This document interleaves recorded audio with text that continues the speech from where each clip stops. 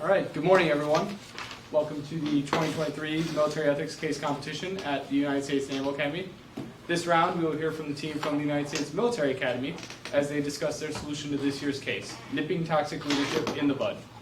The round will proceed in two halves. First, the team will have 30 minutes to complete their presentation, giving their solution to the case provided. And then I will give warnings when 5 minutes and 1 minute remain in your 30-minute presentation time. Judges will then have a couple minutes to enter scores following the criteria on page 1 for the presentation aspect. Then we will move into a 20-minute question and answer period between the judges and the competitors. Teams may huddle after questions if they desire, and any number of team members may respond to any given question. I will give 3 and 1 minute warnings towards the end of the 20-minute question and answer period. All judges may ask one question with follow-ups as time permits. At the end of the Q&A, judges will finalize scoring for the team from the United States Military Academy, and all scores will be turned in to me before lunch. Without further ado, your 30 minutes will begin when you start speaking. Thank you everyone for being here. My name is Cadet Backen, and we're representing the United States Military Academy for the Military Ethics Case Competition, presenting on countering toxic leadership. And I am Cadet Calvin. So the case identifies the dark triad as a jumping off point for how to identify some of the traits of toxic leadership.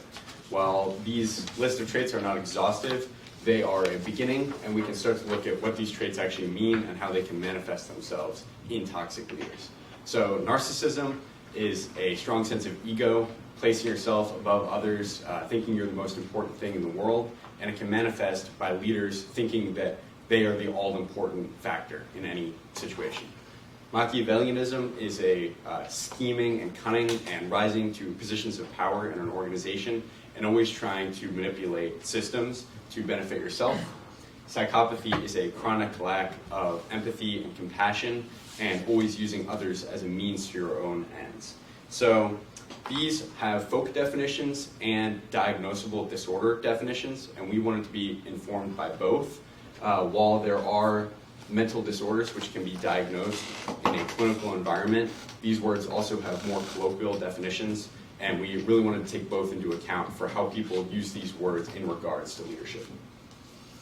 So the case also identified Captain Holly Graf, and she exemplifies many of these dark triad traits. She was known to verbally and physically abuse her subordinates, and she really represents the toxic leadership that we're trying to confront. And she toxic leaders don't just fit one mold, they can have many manifestations of these traits. And the real question that her case raises is how can we address these problems before they get to higher ranks and have a more widespread effect on the military. So something that we really wanted to look into is how do high-level leaders who are exhibiting these toxic traits affect the military for many people outside of their command and many years down the line. And when junior officers see leadership like this, they could take that as a role model, and it could negatively affect people outside of their direct command. And it could also have a negative effect on retention and recruitment because people see these examples and think that that's what leadership in the military is.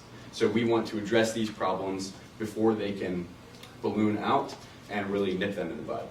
Importantly, Captain Graf managed to attain a rank of 06. I think all of us in the commissioning sources, in our professional careers, we meet people who have these problematic behaviors, but there's little recourse at the moment to have these people identified, assessed, developed, or potentially attrited. And so what we're trying to achieve is exactly that end.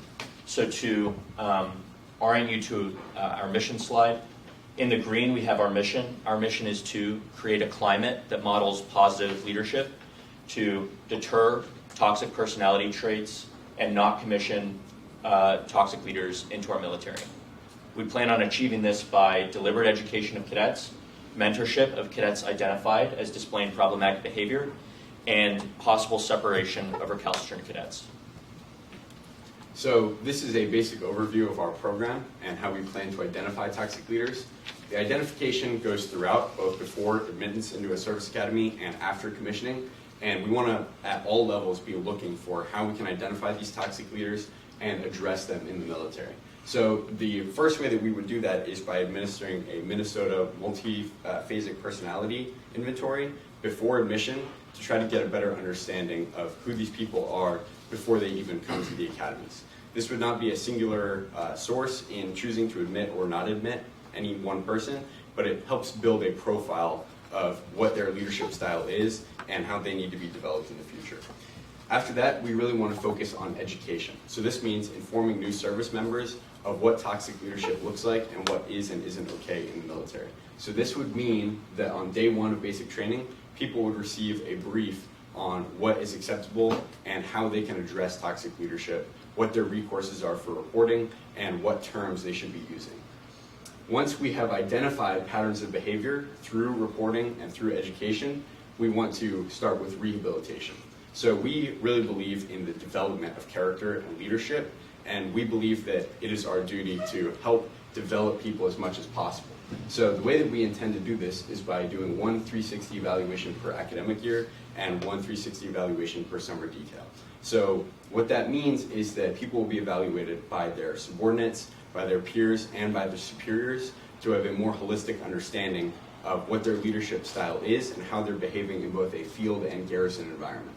So once we've done this and established a pattern of behavior in which people might be exhibiting toxic traits, we want to really focus on their development and their leadership training so that they can become better leaders and better officers. So one way that we would do this is by instituting a system similar to West Point's SLDP program, or Special Leader Development Program, in which we will take cadets who are facing honor boards or complaints related to EO or SHARP and work to give them a mentor and develop them so that they can improve and overcome some of their challenges or problems. Now, we would be adapting this system to specifically address toxic leadership, and we would offer them a mentor that could help them to overcome some of their toxic traits and really work to develop their leadership style so that they could be more fair, more effective to their subordinates. Now, the final step of this is attrition, and we wanted to address the problem of the most high-risk toxic leaders commissioning. And the way that we wanted to do that is identify people with patterns of negative behavior and identify them if they cannot reform, if they cannot retrain, to take those people out of the military before they can cause more harm down the line. And the ultimate goal of all this is, over the stressful and arduous 47-month experience at a service academy, we want to strip the veneer off and really see what people are like under the hood and understand who they are so that we can develop them as much as possible, give them the greatest opportunity to become good leaders, and if they're not able to do so and meet our standards, they will not be commissioned to cause greater harm to the military. So, in regards to our ethical background, we took inspiration from the philosopher Aristotle and from the psychologist Lawrence Kohlberg. From Aristotle, we really took the importance of character as something that can be developed, and the importance of growing and changing ethics and morality.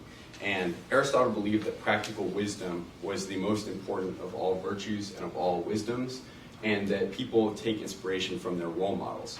And people that they view as wise or virtuous are those that would inspire them in how they act. So we wanted to really focus on developing people and creating people that can role model good leadership while removing people that would role model toxic leadership. And then looking toward the psychologist Lawrence Kohlberg, we look toward Lawrence Kohlberg because if you read into the USMA character development program literature, the character development program at West Point is modeled off of the moral reasoning and development model from Lawrence Kohlberg, who is influenced by the psychologist Piaget.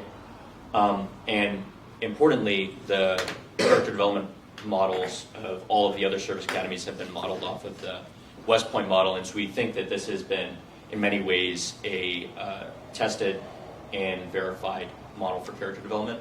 So, whereas Aristotle is a normative ethicist, Kohlberg was a descriptive ethicist. He talked about how it is that people come to hold the moral beliefs that they have. Broadly speaking, he had the pre-conventional, conventional, and post-conventional stages of moral development. In the pre-conventional stage, people are acting selfishly in aversion to punishment. In the conventional stage, people are acting morally out of a sense of civic duty, law and order, understanding how they fit into the broader picture. And then the post-conventional stage, people are making ethical decisions for the sake of being ethical. They have sophisticated manners and ways of thinking through ethical problems. This is where West Point looks to develop all of our leaders. So importantly, our model seeks to assess whether or not someone is merely in need of development as a moral reasoner or as a leader, or is this someone who has this toxic triad global disposition that they take toward all situations, something that can't be ameliorated, and then they can be developed until attrited out of the academy.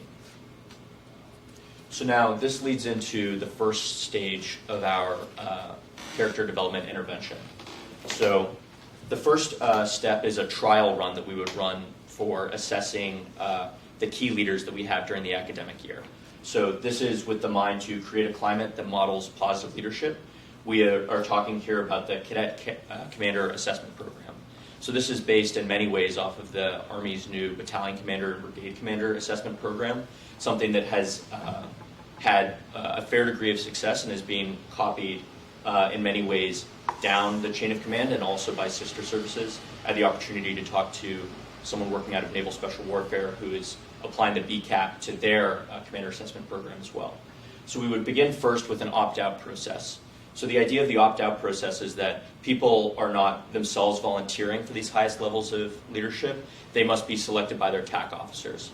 Now, at West Point, we are task organized by cadet company. Each cadet company has a TAC officer and NCO of the grade 03 and E7 that is making continual assessments, mentorship, things like that. Now, this TAC officer would be making the assessment of high-speed cadets that they see as being potentials for key leadership positions.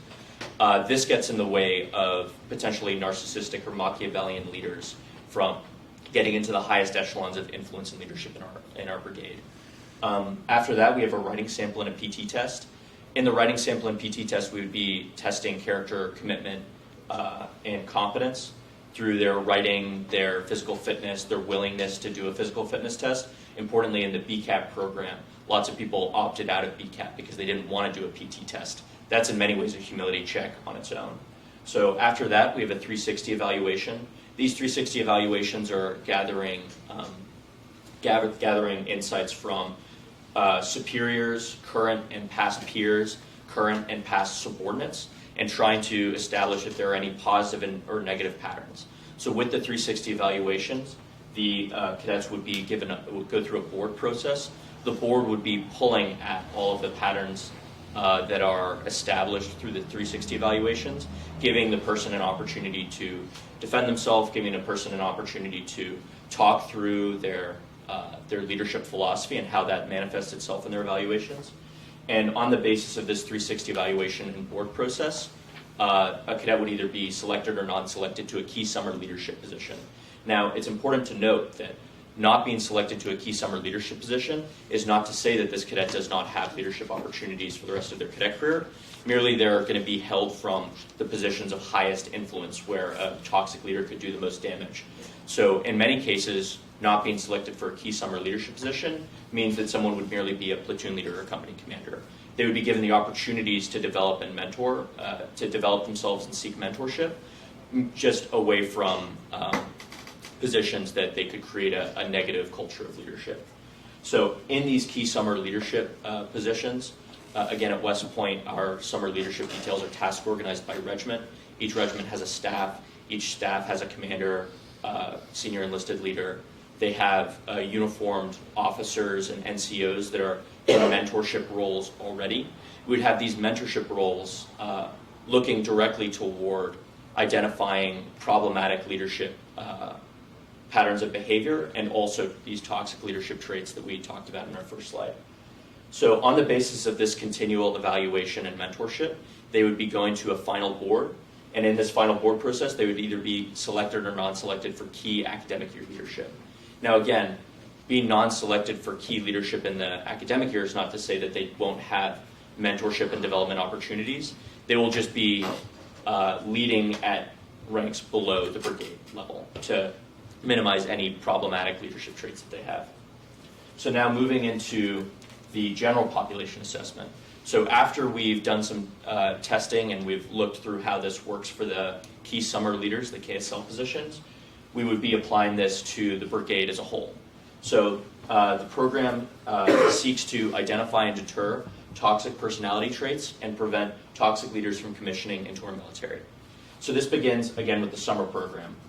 So right on entry into a summer program, say it's your initial entry training, your cadet field training, something like that, you'd be given character training when you're fresh, before you're tired and hungry, before the vagaries of the training have gotten to people. The intent of this education is not only the character education that is already conducted at West Point, but also a specific priming. So we are trying to give people the language to discuss toxic leadership so that they can more faithfully give evaluation comments to their peers, their superiors, and their potential subordinates. But we would also be creating schemas so that these people are poised to give feedback. The experience that they're having during the summers is being fitted into relevant categories of toxic leadership and things like that they can then carry forward into discussions about leadership, but also the assessment portion. So in the assessment portion, we would be conducting more of these 360 evaluations. Now, importantly, these 360 evaluations that we're envisioning are slightly different from the types of evaluations that you see in the OERs or the existing PDR programs at West Point. Instead of merely ranking people as far as their development in certain domains, people would be asked specific questions. Has X squad leader seemed to take perverse joy in smoking their subordinates? 5 of 6 trainees saying that it seems like they do. That's a pattern being established. In your squad, who you trust the most, who you trust the least. We would be giving them specific questions that it's more difficult to be evasive around so that we can get more specifically at the patterns of conduct that we're trying to establish to identify and then enter into our mentorship population. So based on the assessment, these assessments and patterns would be given to the TACs that they have during the summer. These TAC officers and NCOs would then have the job of making individual identification assessments. So they would either have their files annotated in the minimum case, say it doesn't rise to the level of entryship into the SLDP program, their file would still be annotated so that this person doesn't go to their next position and have the same problematic behaviors, but it doesn't seem like they've learned from it. A longer pattern could be established on the basis of this annotation, but they wouldn't have to be entered into the SLDP program. Now, if it does rise to the level, a problematic level of being entered into the mentorship population, they would receive mentorship during the academic year. Now, the assessment and identification during the academic year is very similar. It's given at random during the semester so that people aren't tailoring their leadership style around the time of the assessment program. People would be assessed at random. So once someone has been entered into the SLDP program, they'd be assigned a member of the staff or faculty, usually an officer of the grade 03 or 04, but it could be as high as 06 or 07. So these mentors generally have a prior relationship with the mentee. Now, the mentor has the agency to tailor their program specifically to the problematic behaviors that the cadet has. Generally, what it looks like is a 12-month program, though, where they're meeting with the mentor once a week, doing writing samples, doing writing requirements for this mentor. It's a fairly involved process for both the trainee and the mentor, but what they're trying to get at is specifically the root cause of this problematic behavior and whether or not this behavior can be remediated into the future. So after, at most, 12 months in the program, the mentee, the person enrolled in SLDP, goes for review. So the review portion, the mentor and the TAC officer would be meeting. They would be discussing whether or not this cadet has shown improvement, whether or not they have the right intention and the right motivations for leadership, and whether or not this behavior was, a mere stumbling or whether it's indicative of a deeper problem. So at this review portion, at the minimum, their file would be annotated with the fact that they had this problematic behavior pattern, the fact that a specific mentor was assigned to them, the program that was conducted, and then they would be retained as a cadet and potentially commissioned into the Army. Now, if the mentor and the TAC teams come to a collective decision that the cadet should not be retained, this decision is forwarded to the superintendent of the military academy. The superintendent retains the power to has the power to retain or separate cadets. They would go through a review process themselves at the 3-star level, and they would either assess the cadet as being competent enough to commission or not competent, and they would be separated from the academy. So now I think it's useful to go through some case studies. So West Point already in our character education program goes through case studies of this kind. During the academic year, there are touch points all throughout. The MX 400 program in specific goes through case studies. Black Hearts famously is read by all cadets at West Point. They talk through problematic leadership. We're going to try to do the same thing here and see how our program deals with specific cadets at the cadet eye level. So in the first case, a high-performing cadet is selected to be a key summer leader. In their peer evals, it is exposed that they only strove for the position to buttress their graduate scholarship applications. After their board, they are not selected to academic year key leadership. So this is fairly common among the population that advocate for themselves to be in key leadership positions. When you dig really into why it is that they want to be in a key position of leadership, it is sometimes this like Machiavellian quality, this Machiavellian and narcissistic quality. They either think that they're the only possible person for this job, they're doing it as a way to get to some other end, treating the position as a means to that end, as opposed to an end in itself. So this problematic behavior might not rise to the level that someone is entered into the SLDP program. It might not rise to the level where they're separated from the academy, but it's certainly not the type of person that we would be wanting to lead at the highest levels of leadership and influence within the Corps of Cadets. Having people like this being in the top leadership positions role models negative leadership traits that we don't want our underclassmen seeing as being rewarded in the system.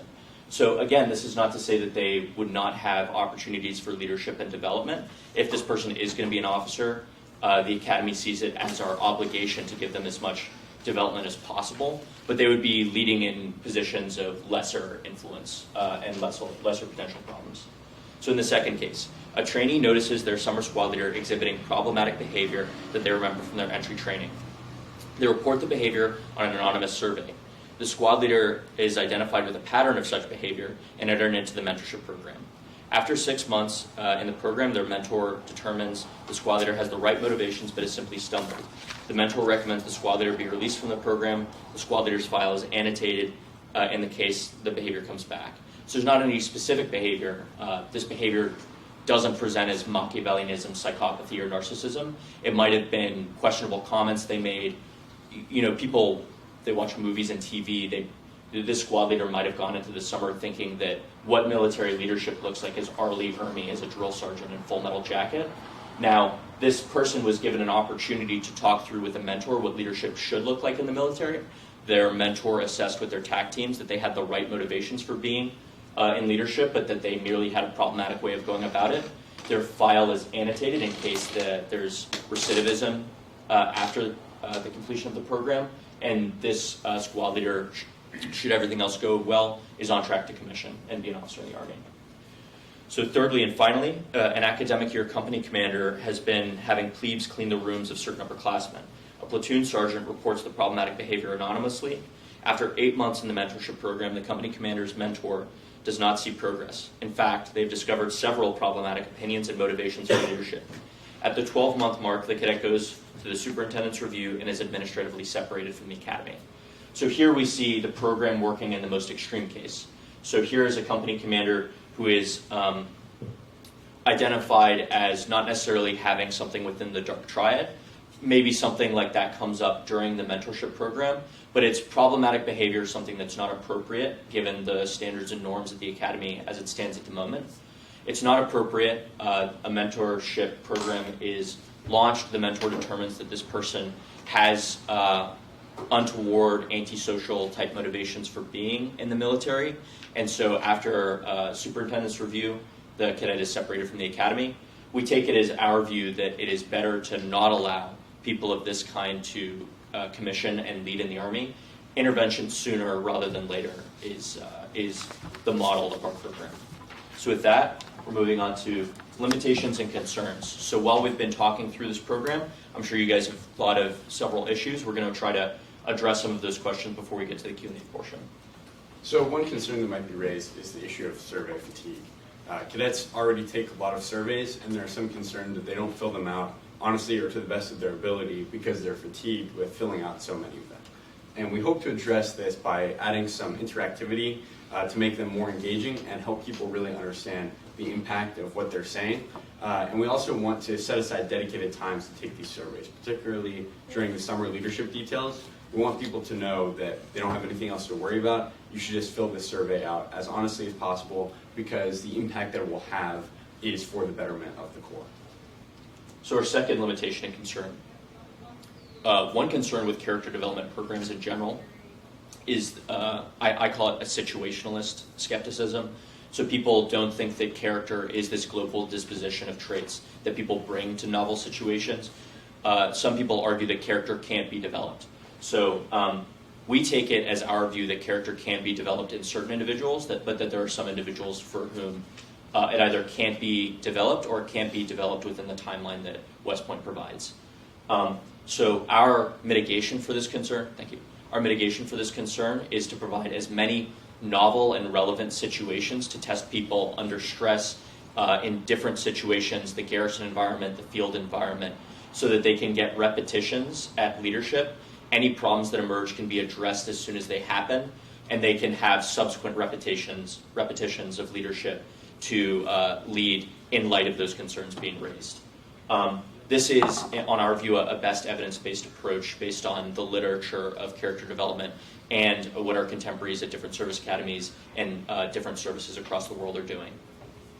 So another concern that might be raised is, does this process have the power to separate cadets? So as we discussed in the case files, yes, cadets could be separated if they are identified as having long patterns of toxic behavior and they have not developed or reformed through the mentorship program. But this will all be in accordance with the superintendent's existing powers to separate cadets. And we're really just trying to provide a new avenue for leadership at the academies to recognize people that might pose a serious risk to the military were they to commission, and to exercise their best judgment in who to separate. So importantly, the case file asks about the implications for IRB. We spoke to the IRB advisors at West Point about the intervention program that we designed. Given that it's not a form of human research, it is in fact a character development program, it is not subject to IRB. However, we take IRB best practices to inform the way that we've gone about illustrating our character development program or designing our character development program.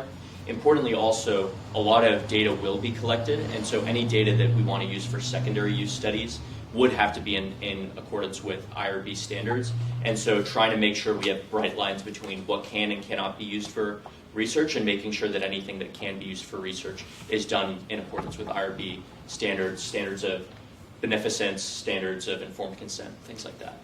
And going off that, there might be some concerns that this is deceptive or that cadets might not fully understand what these evaluations are being used for. And because of that, we want to make an effort to inform cadets as much as possible and to exercise transparency so that they understand that these evaluations are not just unknowns to them, that they understand how they're being used and what kind of information is being put in, and that it is ultimately for the good of their leadership development while they're at the academy. So our final limitation and concern is going to be try to exercise humility on our part. There is an intractable problem of an ultimate hard case. Someone who is so intelligent, so Machiavellian, so narcissistic that they manage to lie, they manage to work their way through every summer leadership detail without any of these problematic opinions or behaviors coming up. They maybe even get into a mentorship program, but they're able to convince their mentor that they're developing. We're sensitive to the fact that these people could still slip through the cracks even with this intervention program. Our attempt to mitigate something like that is just the sheer duration of the intervention strategy and the difficulty to maintain something like that over that course with that many different and novel situations. And so with that, we're going to thank you guys for our time, and we look forward to your questions. Thank you. Judges, you now have a few minutes to tabulate your scores on page 1 based on West Point's presentation, and then we will move into Q&A.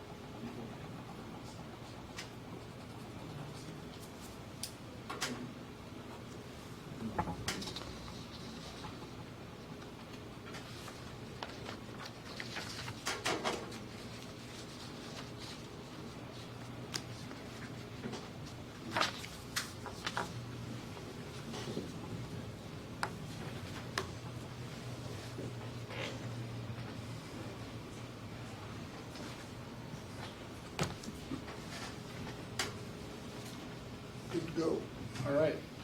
Without further ado, we will now proceed into the 20-minute question and answer portion. I will give warnings when there are 3 minutes and 1 minute remaining in the Q&A. Each judge will have the opportunity to ask one question. Go ahead, Gary. And follow-ups will happen as time permits. Go ahead. You're up. No. All right. All right.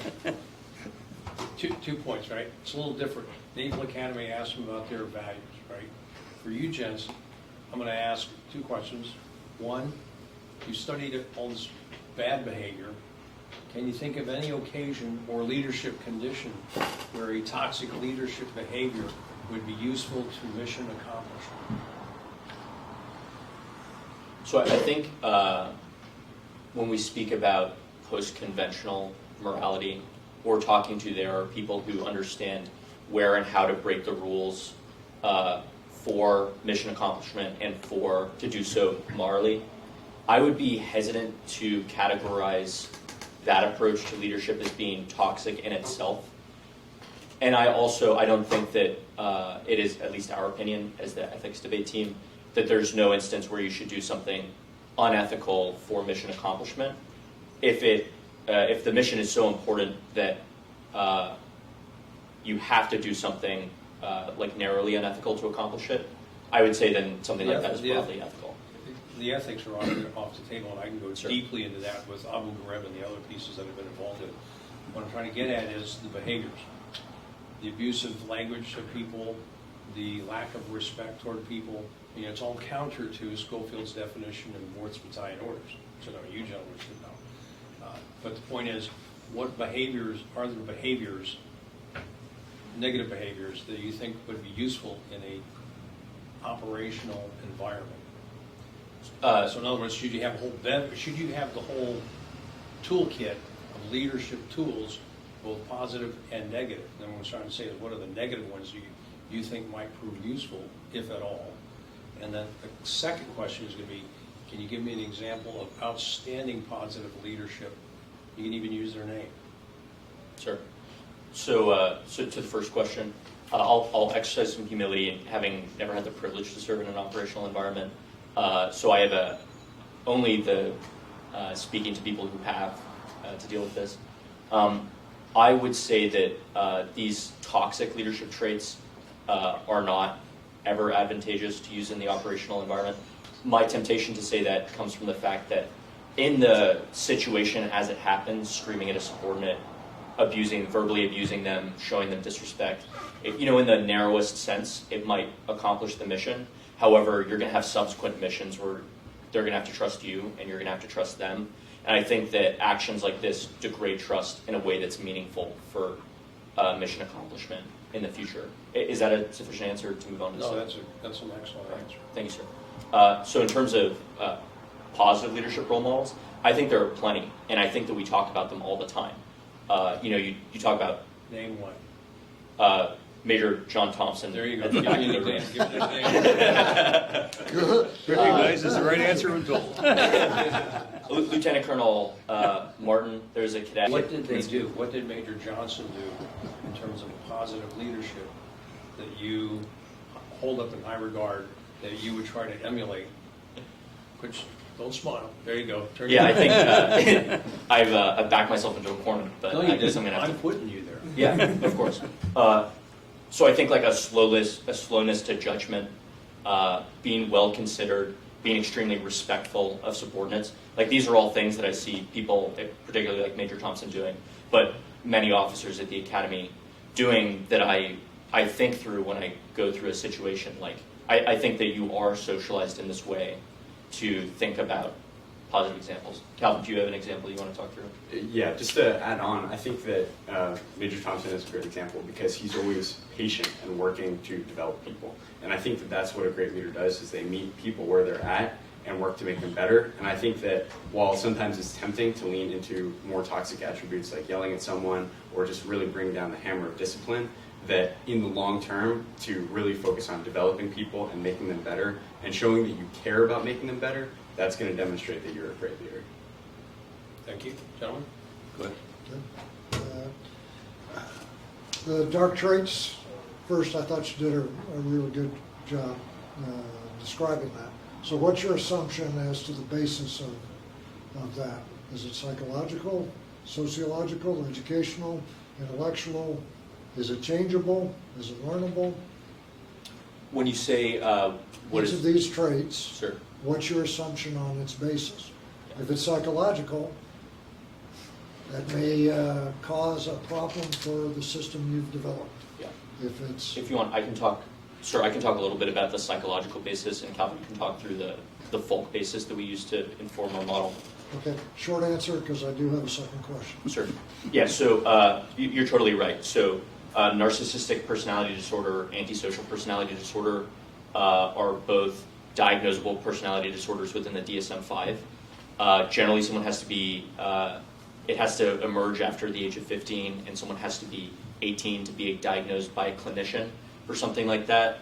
I haven't seen any evidence that someone with those diagnosable personality disorders or someone with the personality trait in the psychological literature, I haven't seen any evidence that someone like that could be remediated. What's important for our program is separating people who have problematic behavior patterns that some people might see as indicative of those personality disorders from someone who has the personality disorders. Someone who can't be reformed, we would seek to separate. Calvin, do you want to talk about that? That's exactly what I was going to say, is that there's really the distinction between, do people have underlying disorders that cannot be changed, or have they learned these things from somewhere in their lives? And I think that's what we're trying to get at, is this idea of role models, that people who are coming into the academy may have only seen this as an example of leadership, or they may have that as their primary model of leadership, and it's our job to educate them and retrain them so that this is not the conception of leadership that they have, that they can overcome these traits and develop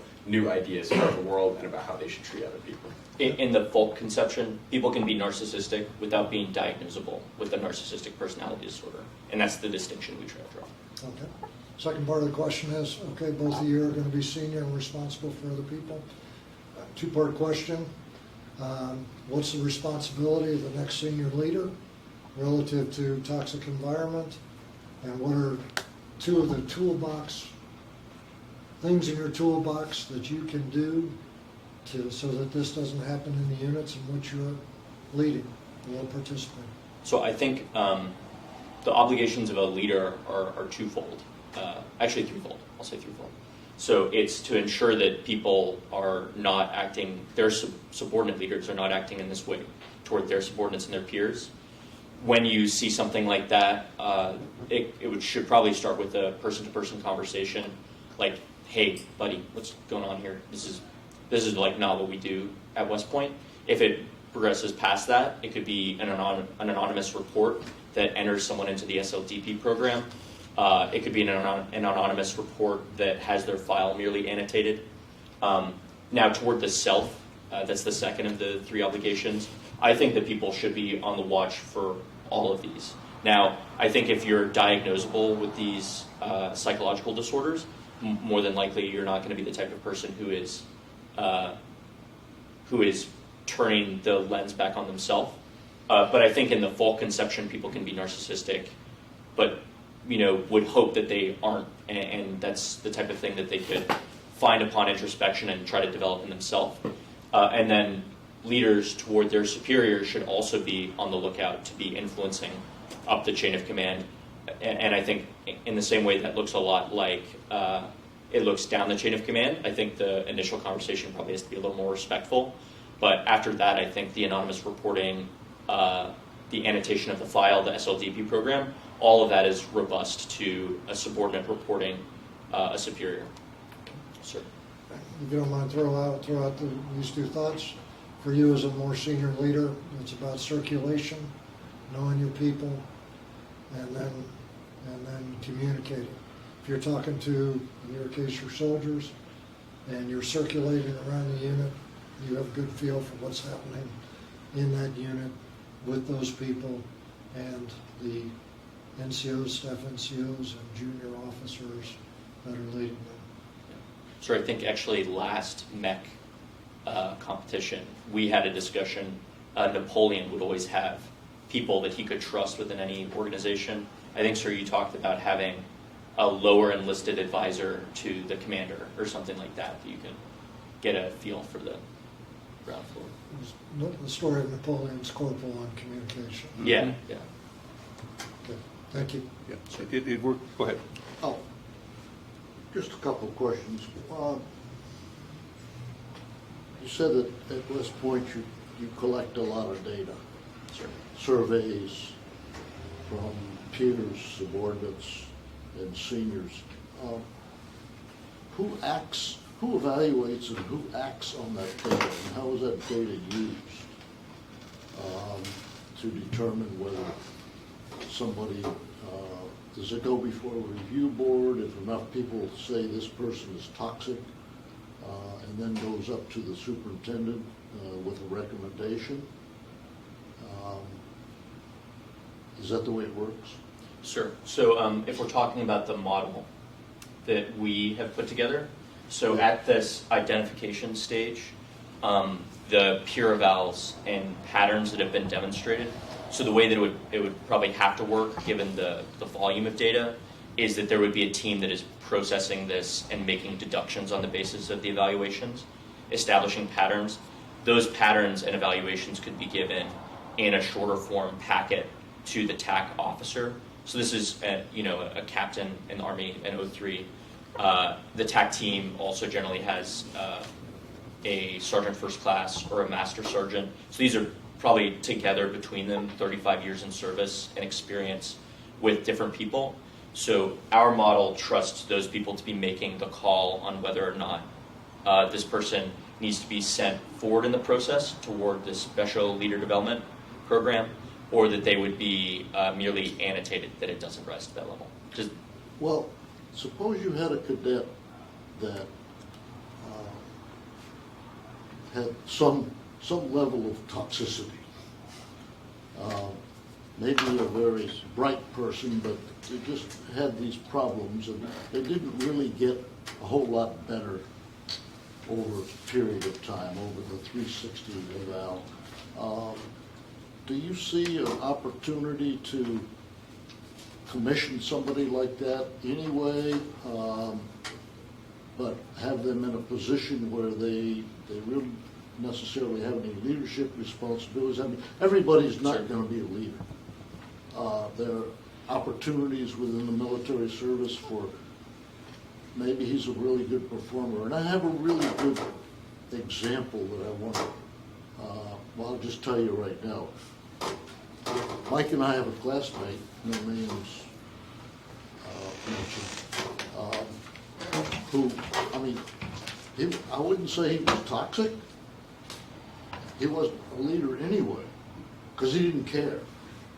And he tried very hard to be the anchor man in the class, but he missed it by one spot.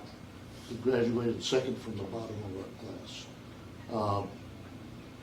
Came very close to being kicked out several times on demerits, behavior, all of this.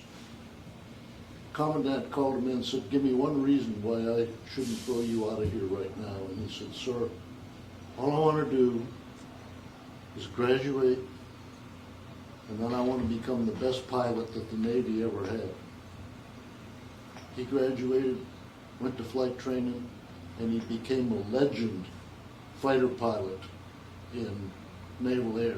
I mean, he was known all throughout Naval Air. So this guy, he fulfilled a good role, but he wasn't a leader. And by all intents and purposes, he probably, if you went strictly by the system, he probably would have been thrown out. Sure. I'm really glad you asked that. This was, at least for me, a huge point of tension when we were evaluating the case. I think that it does stand to reason that some of these people with toxic personality traits could perform really well in the military. Now, the reason that we decided against something like that is very specific to the way that the Army operates. So in the Air Force, in the Navy, I take it that would also be the case in certain Marine Corps fields. You can be an officer who is not a leader. You're just an operator of an aircraft, you're in a functional area, you're doing something like that. In the Army, there are no jobs for officers below the rank of captain, where you're not going to either be a leader, have to have been a leader to get there, or are on the chain of succession. So we say, hey, this person's not a great leader, we're going to put them in a battalion or brigade staff somewhere. There are enough people that could be killed in combat to where that person is going to have to be performing the job of a leader, and that's something that we're not willing to risk by commissioning people. So I think if we take this as an example of how it could be done at West Point and we apply it to sister services and sister service academies, I think that that could be a modification that's made. Look, maybe we earmark this person as, like, do not make a leader, but they can be an operator of an aircraft or something like that. But for the Army as a service, we didn't see that as a risk that we're willing to take. Does that answer the question, sir? Yeah. Thank you for that. How do you see the program that you have preparing the first, the second lieutenant on up through captain and beyond to make those kind of judgments with his among himself and among his peers and looking up from? Once you get to the fleet or wherever you're going to go into the Army, you're not being tested all the time. You don't do as many peer reviews as I recall. How do you do that? Do we pre-arm these guys when they're graduating with those kinds of skills? Sure. So I think, especially when we're talking about the education component and creating a culture that role models positive leadership, what that entire process looks like is giving people the language to talk through these problems as they arise. Be looking for people, looking for strategies to develop people that can be developed, and looking for the means to attract someone who can't be developed and has the capacity to cause harm. Importantly, the military is shifting in a lot of ways. So we took a lot of our cues from the Army's BCAP program, the Battalion Commander Assessment. Now, they're looking to bring BCAP down to lower and lower echelons of command. The Army, as I understand, for every OER, once a year, you have to conduct a 360 evaluation on yourself. I think in many ways the culture of military leadership in the Army is shifting towards something like this. 3 minutes. Appreciate you. I think the culture of military leadership is shifting in this direction, and I think that this would give people the tools to interact with that system a little better. What he may not be aware of are the command climate surveys that are done twice a year.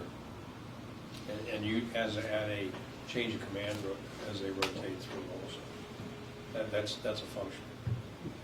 This communications corporal idea is very interesting. I put in place a thing called the Junior Enlisted Advisors on a ship, and have little name tags and the whole thing. Senior Enlisted Advisors, like the chief of the boat, things like that. And we came into port, and the admiral was walking through the ship, came up to the bridge, and says, "What the hell is a Junior Enlisted Advisor?" and it was used more broadly after that. But the communication is a huge part of it. And Tim said, you really have to know your people. You have to get out there and talk and walk around the ship. There's an old program called Management by Walking Around. And if you don't do that, you're dead. So and you're developing the process to do that. And what they ought to be looking for is not just talking to people, but engaging them, finding out what their thoughts are. This has very good potential, I think. I think that, to us, that was the most important thing. I think it would have been really easy to give an answer that listed a battery of psychological surveys that we could conduct on someone. But what we want is someone with experience that can talk through what it is that motivates someone, why it is that they act the way that they do, and what are some strategies to act in a different way. I think that making those holistic person-to-person assessments, that's how the Army conducts itself, and that's how we wanted to approach this program. Sir. Good. Thanks. Good There job. is 1 minute remaining. Oh. I would give the other services the same credit for teamwork, fighting large organizations as teams. Of course, yeah. As you do for the Army. It's Yeah. the same.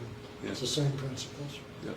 Yeah, I think that's Exactly. true for sure. I just know that I think, like, in the Air Force, Let's stop right here.